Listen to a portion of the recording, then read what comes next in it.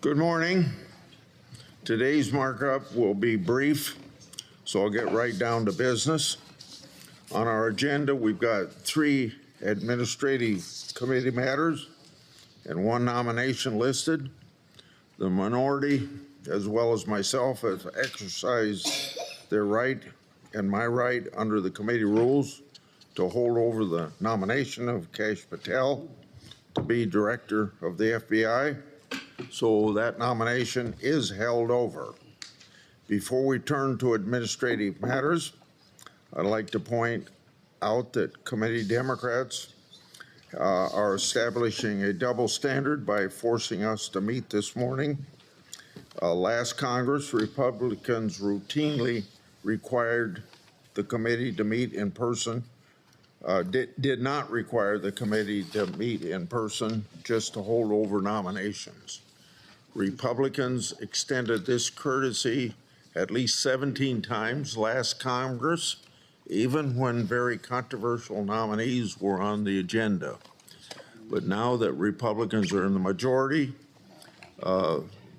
Democrats on this committee are not extending the same practice to us. Our committee works best when both sides uphold norms, regardless of which party holds the majority at any one time. I'm disappointed that my colleagues aren't reciprocating a courtesy we extended in good faith when we were in the minority. Now I'll be glad to turn to Ranking Member Durbin, and then we'll take up the administrative matters that we have to deal with. Chairman Grassley, you're right. What you said is true. Under Chairman Graham, we tried to avoid meeting if it wasn't absolutely necessary, and we did that on a bipartisan basis. And I think I speak for the Democratic side. We hope to return to that model. This is an extraordinary nomination, the Kash Patel nomination, that leads us to want to meet today to spend a moment. We sent a letter. We received similar letters from the Republicans in the past asking for another hearing on Mr. Patel. And the obvious response from the Republican side is we've already had our hearing. We're not going to have another one. I'm disappointed, not surprised, but disappointed, because I think there are several things that we have to acknowledge. Number one, this is an unusual nomination. Unusual, and it's a 10-year nomination. I mean, we decided 50 years ago to reform the selection of the FBI head to make sure that we took politics out of the equation. And so we said 10 years, that's going to transcend at least one president, maybe 2, the service of an individual. So 10 years is a pretty long time, and it, I think, merits extra consideration and review. Secondly, the hearing of this individual raised questions that I'm sure a lot of people were surprised about. Why did we spend so darn much time talking about a musical recording, the J6 choir? We did because Mr. Patel basically denied any knowledge of the creation of this musical enterprise and the people who were involved in it. He was very proud of the musical selection, which he was playing at rallies for President Trump, and he was very much involved in calling these folks political prisoners who had stormed the Capitol on January 6th. And yet, when we asked him about him, he denied that he had any real knowledge of who was involved and what they were doing here. I look at, I'm trying to find one quote. He was on Steve Bannon's show. Mr. Patel claimed he didn't have anything to do with the January 6th prison choir, which includes January 6th rioters who violently assaulted police officers. Here's what he said to Steve Bannon, quote, "We got this idea to record the January 6th prisoners who recite the national anthem every night from the D.C. prison. Then we took that to the studio, so we mastered and digitized it." I mean, that's a direct contradiction under oath of his involvement. What difference does it make? A recording, come on, Durbin, move on. The recording was of political prisoners who stormed this Capitol and assaulted 140 of our best and brightest and most well-trained people that guard us every single day, the Capitol Police and their D.C. counterparts. They are trying to, some people are trying to lionize the insidious effort by these thugs who came and stormed the Capitol and were screaming out, "Hang Vice President Pence." I hope that we don't fall into this trap of trying to rewrite history as to what happened on January 6th. That was an atrocious display of political might, and at the expense of some wonderful people who guard us every single day in this Capitol. There are some here who wouldn't, and when we went through this hearing, they disparaged the very thought that these people would be pardoned if they were guilty of violence against the police. One of my colleagues here called it absurd and hypothetical.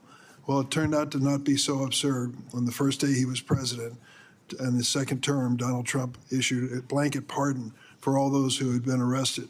Mr. Patel was part of this lionization of these thugs who took over the Capitol or tried to take it over on that day. I don't want history to be wrong or misleading about what actually happened. Now what's happening? Questionnaires are going out in the Department of Justice and the FBI as to whether individuals serving our country in those agencies were involved in January 6 prosecutions. Yesterday, I met an individual who wants to be the Deputy Attorney General, Todd Blanche. Made a good impression. Some of you probably met him too. He appears to be a well-versed, well-trained attorney. He was personal attorney to President Trump in one of his lawsuits. Back in the day, he was working for the U.S. Attorney's Office in New York. And I asked him, when you started working there, did they let you pick and choose the files you worked on? He said, of course not. You were assigned, particularly if you're low in seniority, you were assigned cases. So I said, to say that a person worked on a January 6th case, if they are new to the agency, is it possible that they were ordered to do that case? He said, it's possible. I said, should that be held against him? He didn't think it should, nor does anyone else, I hope. They did the job they were assigned to do. And now we have this kind of survey of the Department of Justice and the FBI to determine who was involved in the January 6 prosecutions. If this is an effort to punish them, dismiss them, or treat them poorly because they did what they were supposed to do as professionals, that's wrong. And I look at the involvement of Kash Patel in this whole episode from start to finish. I read his book start to finish. And I can tell you, he does not have the temperament for the job. And if you're honest about it, you'll join me in thinking that. He is always trying to go after those who disrespected him and wronged him politically and get even with them. For God's sake, to give the most sweeping investigative agency in the United States and the world over to this man to settle political scores is something we're going to regret. That's why we asked for a second hearing on this. I hope that we don't have to do it again, and I hope that some members on the Republican side will think twice on this issue. Okay. Now for the business of the committee. Mr. Chairman. Go ahead. Listen, I'd rather do our administrative business. Then can I speak? I wasn't planning on anybody speaking. I'd like to respond to what Senator Durbin said. Okay, let's, In that case, I'd like to line up behind Senator Kennedy to speak myself. okay. I'll call on Senator Kennedy when we get done here. But let's make very clear.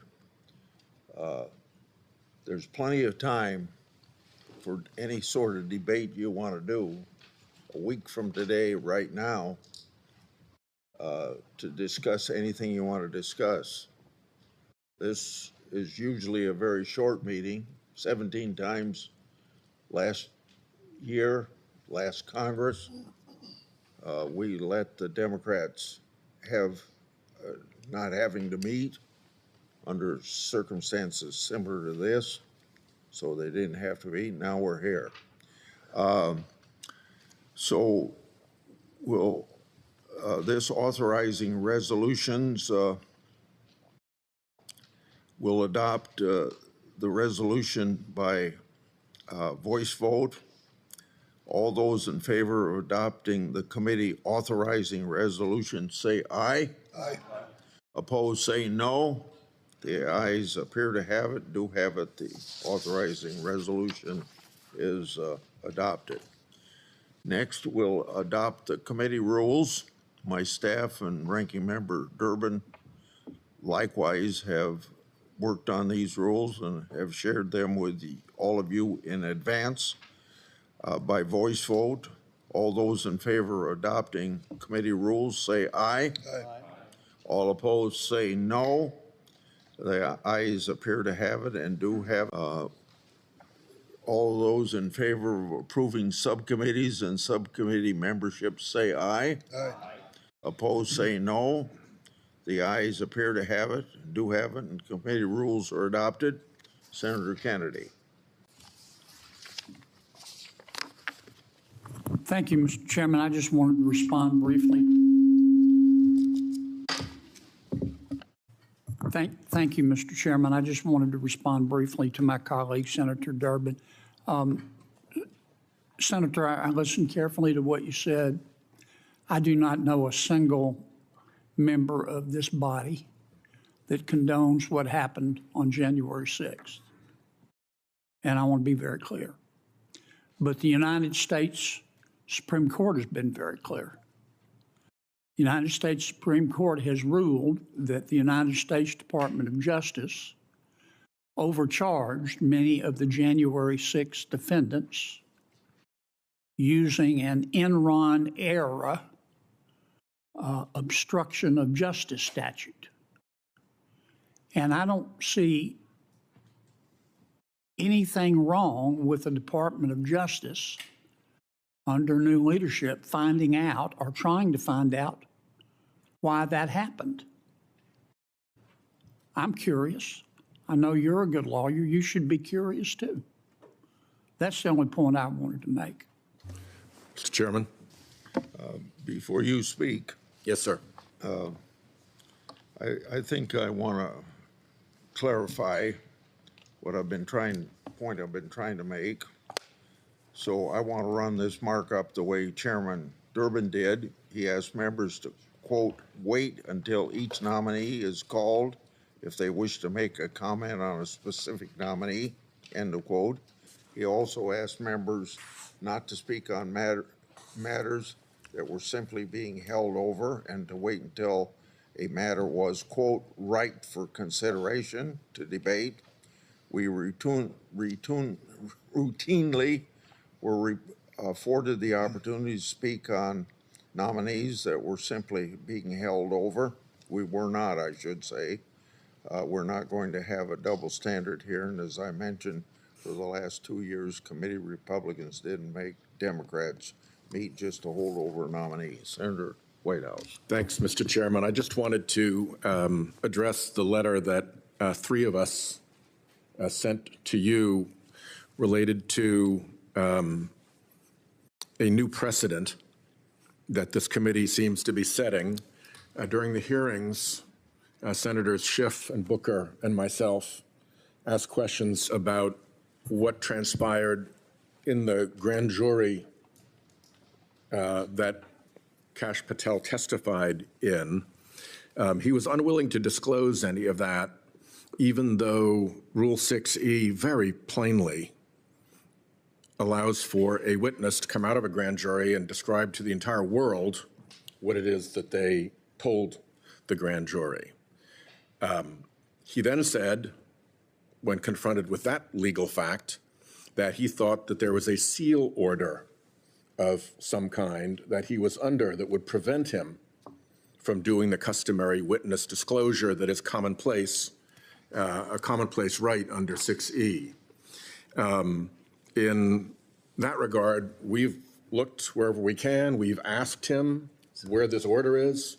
There is no sign of a seal order that would bear any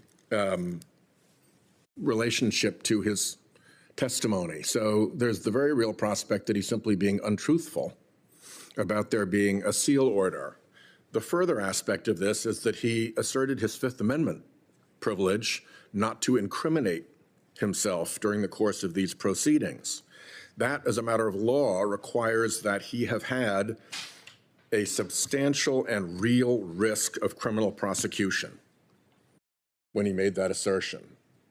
So if an incoming FBI director has faced a time when he believed he had a substantial and real risk of criminal prosecution, it seems to me that it's pretty elementary that this committee, acting on his nomination to that office, should have some idea of what the crime would have been.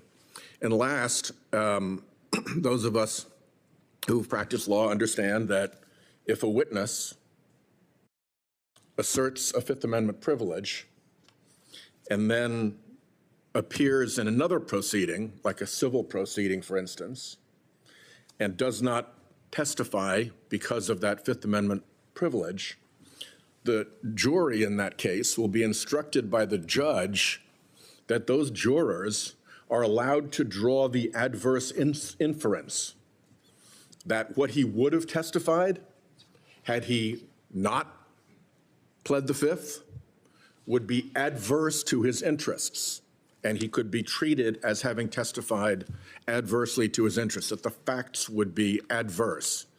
So if a court, a regular district court in a regular trial, can draw that adverse interest about what is behind a Fifth Amendment assertion, then damn, this committee ought to be able to draw the same adverse interest or have that, adverse inference, or have that adverse inference dispelled by having this individual actually testify about it.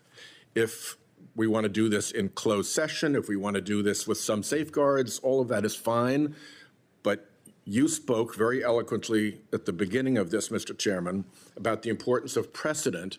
And I just want to mark right now that this is a first-time precedent in which a nominee for a senior law enforcement position in the United States of America has asserted a Fifth Amendment privilege about his own conduct and has testified in front of a grand jury, and the committee is being denied access either to the gravamen of his Fifth Amendment assertion or the content of his grand jury testimony. To me, that is an extremely dangerous and indeed even astonishing precedent. And I'll ask that the letter that we sent be put into the record. Without objection, will be meetings adjourned.